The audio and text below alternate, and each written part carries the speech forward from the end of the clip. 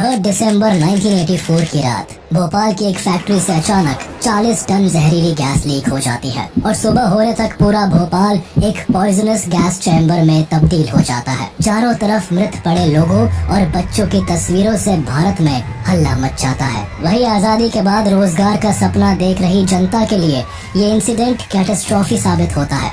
सिर्फ एक ही रात में 3000 से ज्यादा बेकसूर लोग मौत के मुंह में चले जाते हैं और कुछ दिन में ये आंकड़ा 15 से 20 हजार के पार पहुंच जाता है। आदमी, औरतें, बच्चे, जानवर, कीट पतंगे, सबके सब जो भी इस गैस के कांटेक्ट में आए उन्होंने अपनी जान गंवा दी।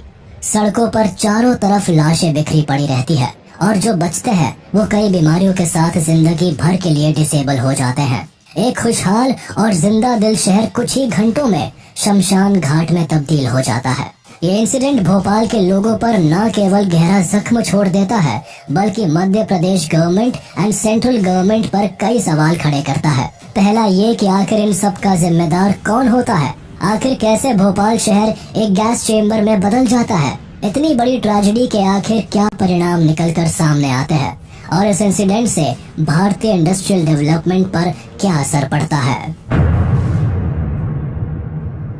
2 दिसंबर 1984 की सर्द रात को जब भोपाल सोने की तैयारी में था, तब रात के 9 बजे यूनियन कार्बाइड इंडिया लिमिटेड के पेस्टिसाइड प्लांट में काम करने वाले वर्कर्स ने अपने रूटीन काम के तहत प्लांट के केमिकल प्रोसेसिंग यूनिट के पाइप को क्लीन करना स्टार्ट किया।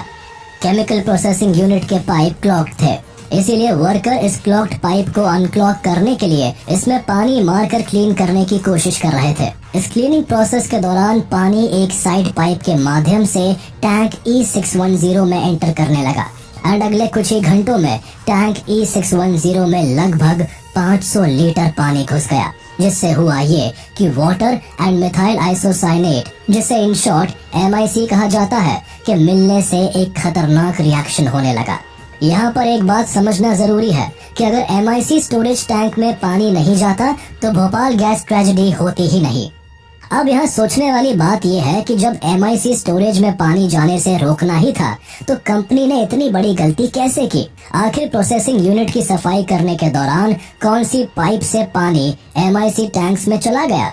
दरअसल हुआ ये कि कुछ दिन पहले ही कंपनी ने एक जंपर्स पाइप सिस्टम से प्रोसेसिंग यूनिट और MIC स्टोरेज टैंक्स को आपस में जोड़ दिया था।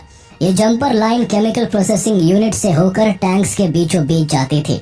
जंपर पाइपलाइंस पूरे फैक्ट्री में बिछी हुई थी, जिससे कि MIC टैंक्स में पानी जाने की पूरी संभावना थी। लेकिन कंपनी ने वर्कर से काम लेने के बारे में सोचा और सेफ्टी मेजर्स को दरकिनार कर दिया गया। इस जंपर्स लाइन से जब पानी गुजरा तब सेफ्टी वॉल्स में फॉल्ट होने की वजह से पानी MIC टैंक में घुसने लगा। अब ऐसी स्थिति में अगर ये MIC टैंक्स जंपर लाइन से कनेक्टेड नहीं होते तो ये पूरी तरह से आइसोलेटेड रहते, जिससे कि इनमें पानी जाने का खतरा बिल्कुल नहीं रहता। रात के 10:30 बजे तक टैंक E610 का प्रेशर 10 PSI तक पहुंच गया। प्लांट के सुपरवाइजर को इस बारे में इन्फॉर्म करने पर उन्होंने रात के 11 बजे तक यह अज्यूम किया कि टैंक E610 के प्रेशर में आए ये चेंजेस रीडिंग इंस्ट्रूमेंट की खराबी के कारण दिखाई दिए। करीब रात के 11:30 पर MIC एरिया में काम कर रहे वर्कर्स को महसूस होने लगा कि उनकी आंखें जल रही है और एक गैस लीक का काम है। वो लोग तुरंत लीकेज को खोजना स्टार्ट कर देते हैं और रात के 11:45 पर एक लीकेज मिल भी जाता है। लेकिन इन्वेस्टिगेटेड लीक इतना छोटा था कि सुपरवाइजर ने फैसला किया कि इस इशू को टी ब्रेक के बाद एड्रेस किया जाएगा।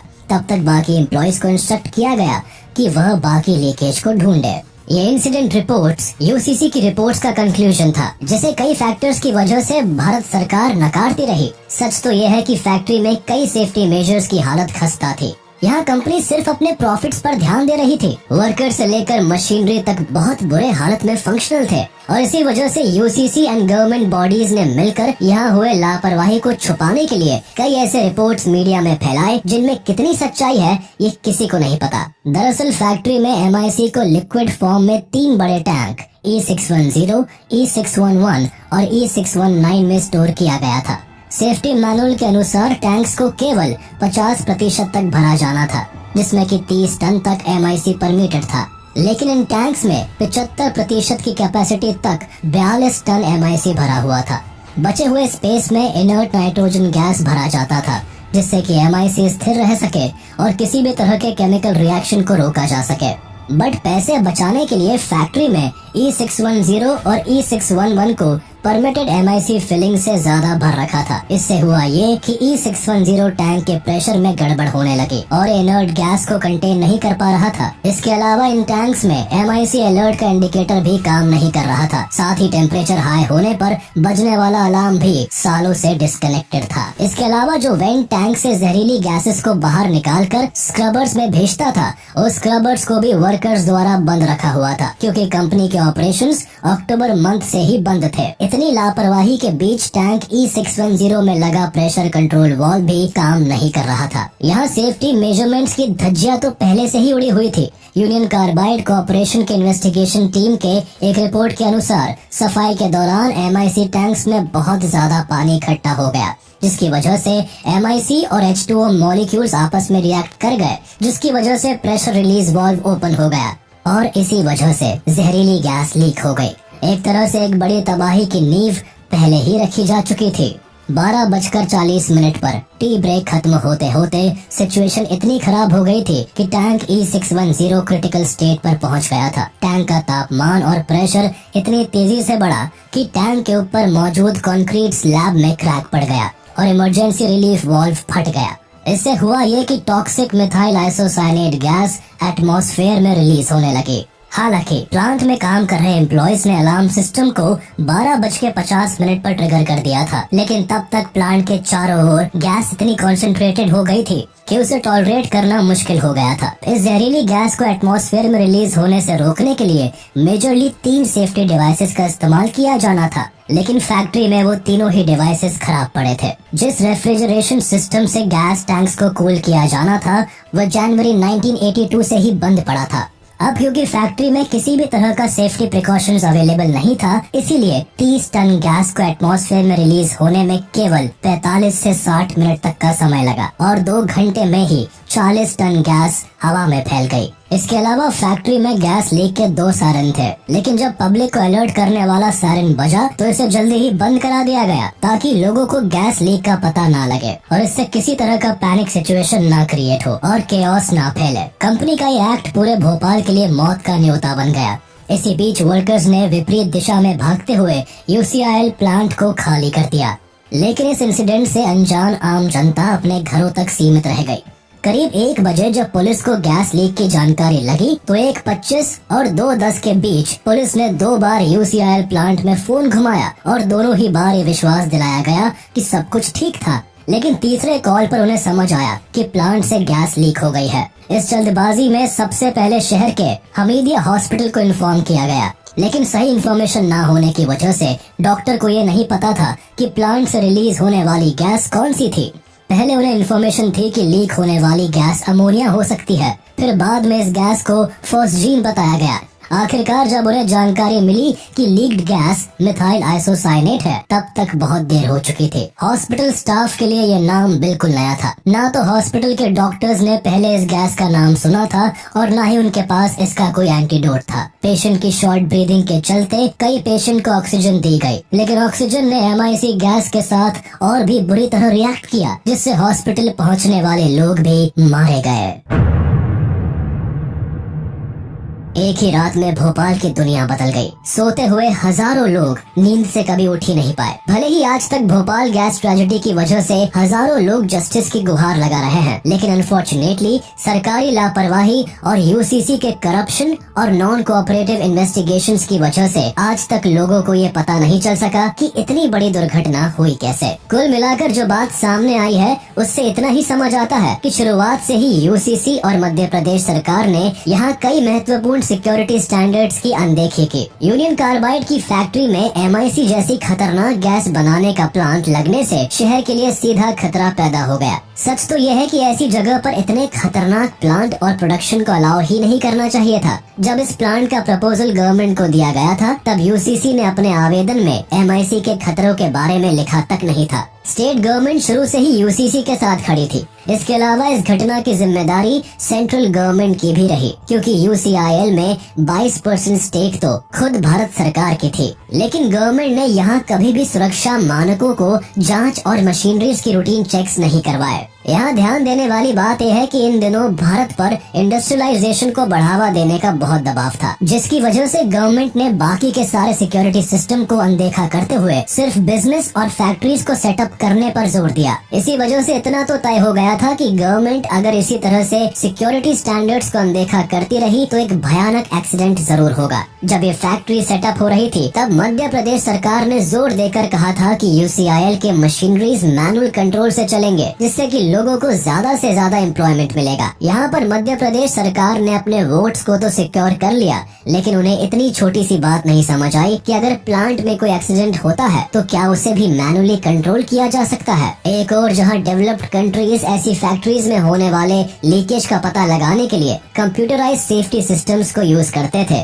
जो छोटी से छोटी लीकेज का पता लगाने में सक्षम थी। वहीं दूसरी ओर भोपाल में यूसीआईएल स्टाफ नाक से सूंघ कर लीकेज पता करने पर मजबूर थे। दूसरी सबसे जरूरी बात तो ये थी कि इस फैक्ट्री को इंडिया के कंजम्पशन रेट से ज्यादा सेविंग पेस्टिसाइड बनाने के लिए डिजाइन किया गया था। लेकिन जैसे ही कंपनी को घाटा होना शुरू हुआ, यूसीसी अपनी इंडियन सब्सिडरी यूसीआईएल का बजट कटिंग करते चला गया।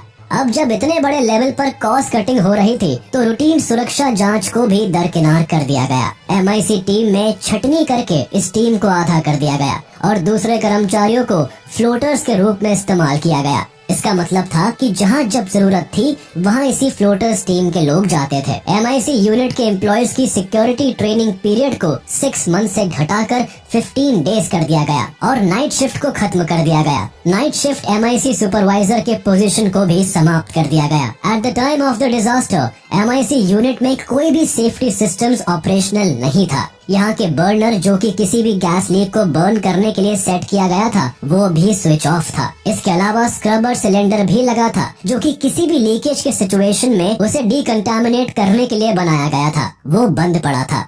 और तो और यूसीआईएल मानकर चल रही थी कि ऐसे सिचुएशन कभी आएंगे ही नहीं, जिसकी वजह से इन सिक्योरिटी सिस्टम्स को यूज किया जा सकता था। तभी तो उन्होंने इस बर्नर और सिलेंडर के पार्ट्स को अलग कर रखा था और इसी वजह से इसे टाइम पर चालू नहीं किया जा सका।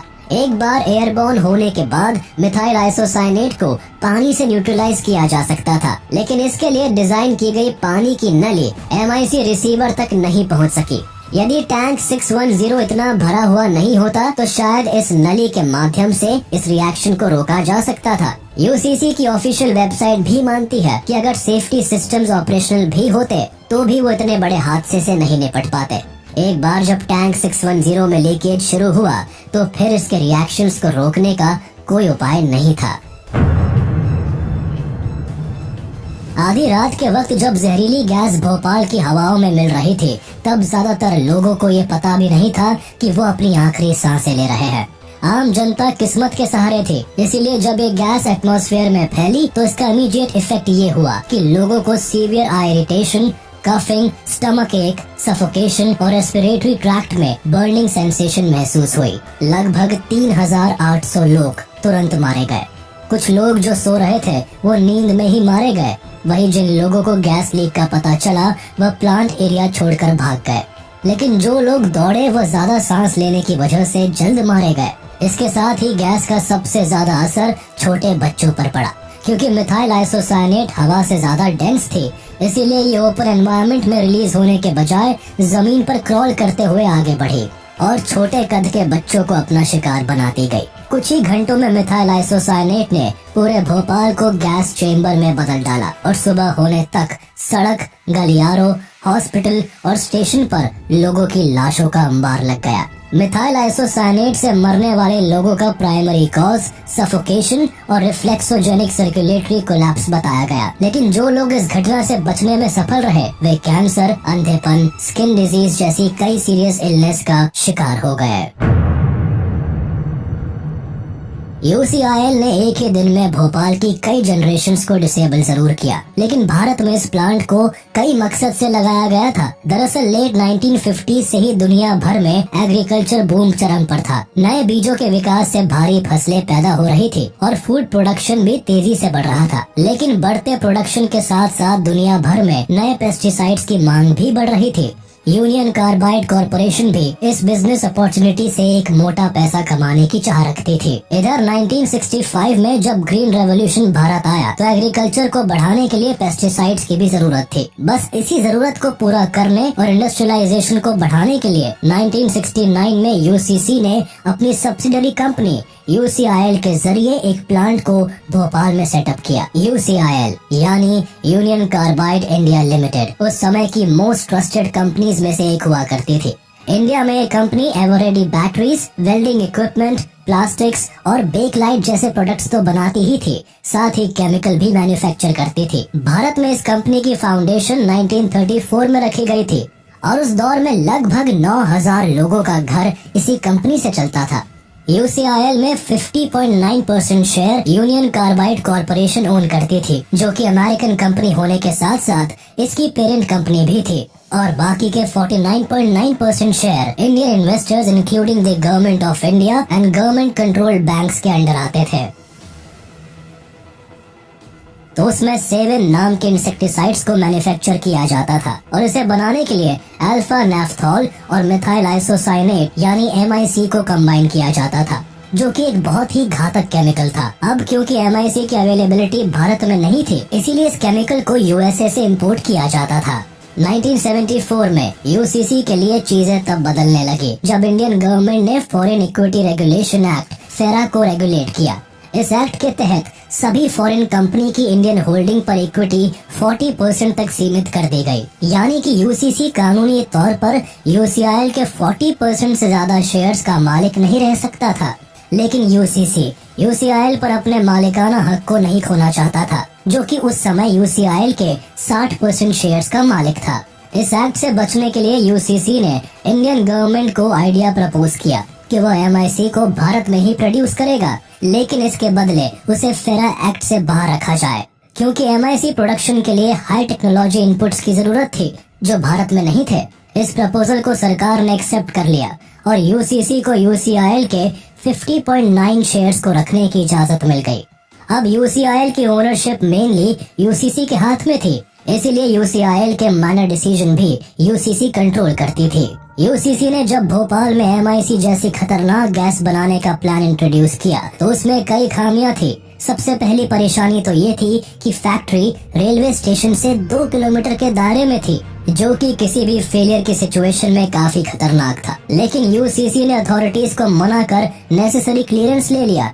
इसके अलावा यूसीसी द्वारा भोपाल में जिस टेक्नोलॉजी से MIC को बनाया जाना था, वो टेक्नोलॉजी कई मामलों में अनप्रूवन थी। खास तौर पर कार्बन मोनोऑक्साइड और MIC को बनाने के लिए जिन यूनिट्स का इस्तेमाल हो रहा था वह अनप्रूवन थी, यानी कंपनी को पता था कि इस तरह से गैस को बनाया जाना खतरे से खाली नहीं था, लेकिन फिर भी इफेक्टिव सेफ्टी मैकेनिज्म को इंस्टॉल नहीं किया गया। डॉक्यूमेंट्स बताते हैं कि भोपाल में प्लांट बनाने के लिए कंपनी द्वारा शुरुआत में $28 मिलियन का इन्वेस्टमेंट किया जाना था, लेकिन कंपनी ने अपनी इनिशियल इन्वेस्टमेंट में ही 8 मिलियन की कॉस्ट कटिंग कर दी थी, और ये cost cutting mainly safety devices और फीचर्स को लेकर ही की गई थी, क्योंकि सेफ्टी डिवाइस इंस्टॉल करने में लगने वाली कॉस्ट 3 से 6 मिलियन डॉलर्स तक की थी। इसीलिए पैसे बचाने की होड़ में इंडियन एम्प्लॉयज की जान खतरे में डाल दी गई। उदाहरण के तौर पर यूनियन कार्बाइड ने अवेलेबल मेजरमेंट सिस्टम्स और रूडिमेंट्री कंप्यूटराइज्ड सिस्टम्स को इंस्टॉल ही नहीं किया, जो कि अर्ली लीक्स को पहले ही डिटेक्ट करने की कैपेबिलिटी रखते थे। इसके बजाय वह इंडियन एम्प्लॉयज के भरोसे बैठे रहे कि वो आंख और कान से लीक डिटेक्शन का पता लगा ले। इसी लापरवाही के बीच 1979 में MIC प्रोडक्शन प्लांट को यूसीआईएल की साइट पर इंस्टॉल किया गया। इसके अलावा कंपनी को जनरल पब्लिक के लिए एक इवैक्यूएशन प्लान बनाने के लिए भी कहा गया था, लेकिन कंपनी ने इस सेफ्टी मेजर पर काम नहीं किया। 1981 में चीजें तब ज्यादा खराब होने लगी जब यूसीआईएल को मार्केट में नुकसान होने लगा। मार्केट में कई कॉम्पिटिटर कंपनी के आ जाने से सेवन पेस्टिसाइड्स के बजाय लोग कई दूसरे पेस्टिसाइड्स खरीदने लगे जो कम दाम में अवेलेबल थे। सेवन की सेल गिरने से कॉस्ट कटिंग के लिए कई वर्कर्स को निकाला जाने लगा, और जिन्हें काम पर रखा गया उन्हें एक्सट्रीम वर्क प्रेशर में काम करना पड़ा। इसके अलावा सेवन की कॉस्ट में भी कटौती की गई और इसकी भरपाई वर्कर्स के सेफ्टी मेजर्स को कम्प्लीटली इग्नोर करके की गई। इसी का नतीजा ये रहा कि 1981 में एक ऐसी घटना भी सामने आई जब मोहम्मद अशरफ नाम का वर्कर अपनी मेंटेनेंस जॉब करते हुए फॉस्जीन गैस के एक्सपोजर में आया। घबराते हुए उसने अपना गैस मास्क निकाल दिया और फॉस्जीन गैस का बड़ा अमाउंट इनहेल करने की वजह से वो मारा गया। सिमिलरली लेस सेफ्टी के चलते 1982 में अल्फा नेफ्थॉल यूनिट में एक मेजर फायर ब्रेकआउट हो गई थी, लेकिन इस पर एक्शन लेने के बजाय इस खबर को प्लांट अथॉरिटीज द्वारा दबा दिया गया था। एक तरफ जहां 1982 से ही कंपनी में रेगुलर लीक्स की कई छोटी मोटी घटनाएं होने लगी थी, वही अमेरिकन टीम द्वारा कंडक्टेड सेफ्टी ऑडिट में भी 61 रिस्क की पहचान की गई थी, जिसमें से 30 मेजर और 11 रिस्क फॉस्जीन या MIC यूनिट में पाए गए थे, लेकिन कंपनी ने इस ऑडिट पर भी कोई एक्शन नहीं लिया।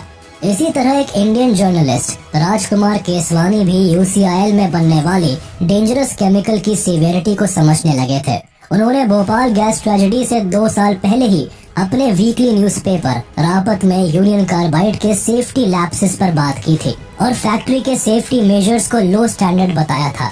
इसके अलावा उन्होंने अपनी इंटेंसिव इन्वेस्टिगेशन जारी रखते हुए लोगों को ये भी बताया था कि यूनियन कार्बाइड में बनने वाली गैस काफी खतरनाक है और इसके एक्सपोजर से लोगों की जान जा सकती है।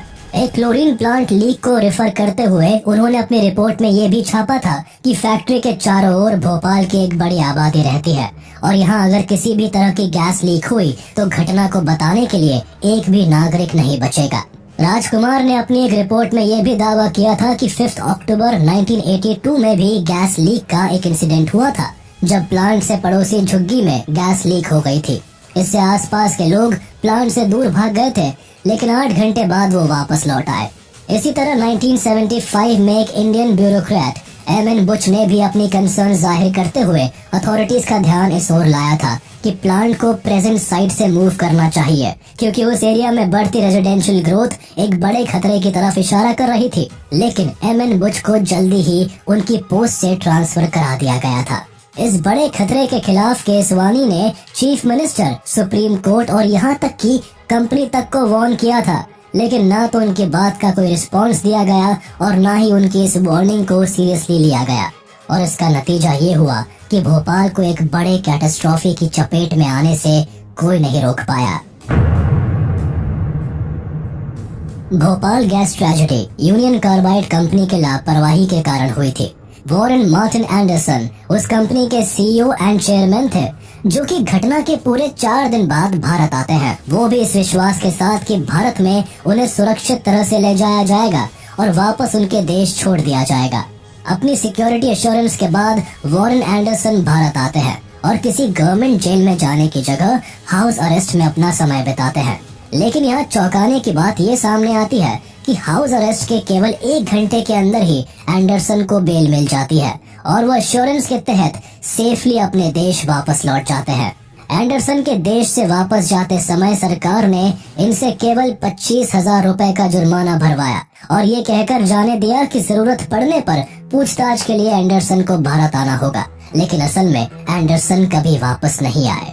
एंडरसन को इस तरह से बरी करने को लेकर कई सवाल उठे, लेकिन हर बार जवाब पॉलिटिकल प्रेशर ही निकलता। हालांकि बाद में कई रिपोर्ट्स ने इस बात का दावा किया कि PM राजीव गांधी की गवर्नमेंट पर US की ओर से एंडरसन को छोड़ने को लेकर प्रेशर था। एंडरसन की बेल को लेकर सीनियर कांग्रेस लीडर और उस समय मध्य प्रदेश के चीफ मिनिस्टर अर्जुन सिंह ने अपनी autobiography a grain of sand in the our-glass of time में लिखा कि उन्होंने एंडरसन को तब के होम सेक्रेटरी R.D. प्रधान के कॉल पर जाने दिया और R.D. प्रधान को ये ऑर्डर देने वाले कोई और नहीं बल्कि तब के union home minister P.V. Narasimha Rao थे। इतनी कहानी के बाद मीडिया ने जब P.V. नरसिम्हा राव से इस बात पर जवाब मांगा तो उन्होंने ये कहकर एलिगेशंस को बेबुनियाद बताया कि वो इस ट्रेजेडी के समय महाराष्ट्र के चीफ सेक्रेटरी थे और बाद में यूनियन होम सेक्रेटरी बने। इन्हीं सवाल जवाब के बीच कई जवाब ऐसे भी आए कि एंडरसन खुद US में किसी के सपोर्ट के चलते भाग निकले। 3 दिसंबर को इस डिजास्टर की खबर जब चारों तरफ फैली, तब भारत ही नहीं बल्कि यूनियन कार्बाइड कॉर्पोरेशन की जड़ें भी हिल गई। इमीडिएट एक्शन में UCIL के 5 जूनियर एम्प्लॉइज को अरेस्ट कर लिया गया और 6 दिसंबर को ये केस सीबीआई को सौंप दिया गया। मध्य प्रदेश सरकार ने इस ट्रेजेडी के खिलाफ एक कमीशन इंक्वायरी बिठाई और 7 दिसंबर को जब यूनियन कार्बाइड कॉर्पोरेशन के मालिक भोपाल पहुंचे तो उन्हें एयरपोर्ट से ही अरेस्ट कर लिया गया। लेकिन अपनी पावर और कवर अप के चलते यूसीसी के सीईओ एंड चेयरमैन को उसी दिन बेल पर छोड़ दिया गया। उन्हें ऑफिशियल कार्ड्स में भोपाल एयरपोर्ट ले जाया गया। वहां से उनको पहले दिल्ली और फिर वहां से वापस यूनाइटेड स्टेट्स के लिए रवाना भी कर दिया गया। कई रिपोर्ट्स बताती है कि यूएस गवर्नमेंट के इमेंस प्रेशर के चलते एंडरसन को जाने दिया गया। दुख की बात थी कि इस तबाही के लिए जिम्मेदार कंपनी ने खुद को लीगली इस केस से दरकिनार कर लिया। यूसीआईएल की पेरेंट कंपनी यूसीसी ने विक्टिम्स के लिए गवर्नमेंट ऑफ इंडिया और रेड क्रॉस द्वारा रिलीफ फंड भी भेजा। हालांकि अमाउंट इतना छोटा था जिससे कि सिर्फ वर्कर्स तक को भी कंपनसेट नहीं किया जा सकता था। रिलीफ फंड के नाम पर हुआ ये मजाक सिर्फ भोपाल ही नहीं बल्कि दिल्ली तक को गुस्से में भर देता है। इस बीच कार्बाइड फैक्ट्री में मौजूद 21 टन MIC गैस को कन्वर्ट करने के लिए ऑपरेशन फेथ भी चलाया गया जो 6 दिन तक चला। लेकिन इंडियन गवर्नमेंट और कंपनी के बीच लीगल बैटल की शुरुआत 1985 में हुई जब पार्लियामेंट में भोपाल गैस लीक एक्ट पास किया गया। इस एक्ट के तहत इंडियन गवर्नमेंट को पावर मिली कि वह भोपाल विक्टिम को रिप्रेजेंट कर सके। इससे हुआ ये कि यूसीसी और इंडियन गवर्नमेंट ने अपनी अपनी इन्वेस्टिगेशन की शुरुआत की और इस बड़ी ट्रेजेडी की जिम्मेदारी एक दूसरे पर थोप दी। 5 साल तक चले इस केस में इंडियन गवर्नमेंट आखिरकार फुल एंड फाइनल सेटलमेंट के लिए तैयार हो गई। इसके तहत यूसीसी ने भारतीय सरकार को $470 मिलियन का कॉम्पेंसेशन दिया, जिसके बदले में सरकार ने यूसीसी से क्रिमिनल चार्जेस हटा लिए। 1989 में मिले इस कॉम्पेंसेशन का इंडियन रुपीस में 715 करोड़ वर्थ था। कहने को तो ये एक बड़ा अमाउंट था, लेकिन जहां पूरा का पूरा शहर ही उजड़ गया हो वहां इतने कम पैसों में कैसे रिहैबिलिटेशन का काम कैसे होता। मध्य प्रदेश के लोगों को सरकार का ये फैसला जरा भी रास नहीं आया। कॉम्पेंसेशन के बाद भी लोग इंसान की आस में सरकार की तरफ देखते रहे। इसका नतीजा ये हुआ कि इसरो के चेयरपर्सन सतीश धवन ने सुप्रीम कोर्ट में इसके खिलाफ पिटीशन फाइल की। इसीलिए सुप्रीम कोर्ट में ये केस क्रिमिनल केस के तौर पर वापस से खुल गया। अक्टूबर 1991 को सुप्रीम कोर्ट ने अपने फैसले में वॉरेन एंडरसन के खिलाफ non bailable arrest warrant issue किया और यूसीसी और एंडरसन को क्रिमिनल डिक्लेयर कर दिया।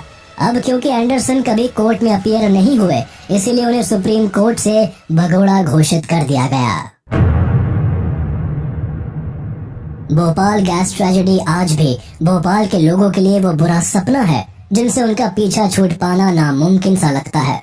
इस डिजास्टर ने न केवल उस रात एक्सपोज्ड ह्यूमंस को मारा बल्कि भोपाल की जनरेशन को खत्म कर दिया।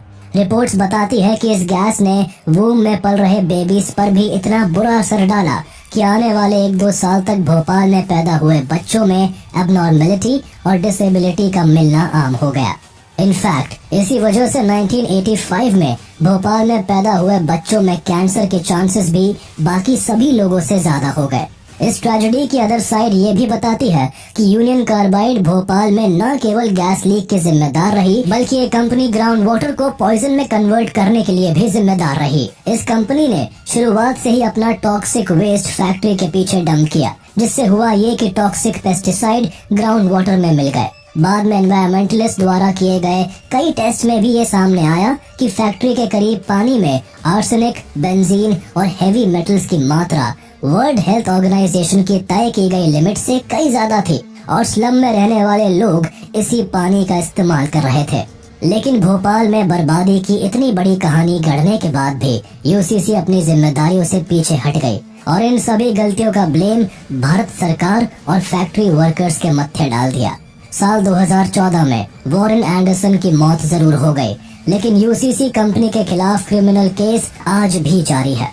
इस घटना के सर्वाइवर्स की न केवल पुश्ते आज भी इस ट्रेजेडी से जूझ रही है, बल्कि उनमें से कुछ को ना तो कंपनसेशन मिला है और ना ही जस्टिस। इसी के साथ हम आपसे विदा लेते हैं। उम्मीद है आपको ये वीडियो जरूर पसंद आया होगा। आप इस वीडियो को अपने दोस्तों के साथ शेयर करना बिल्कुल भी ना भूलें। साथ ही चैनल को सब्सक्राइब जरूर कर दें।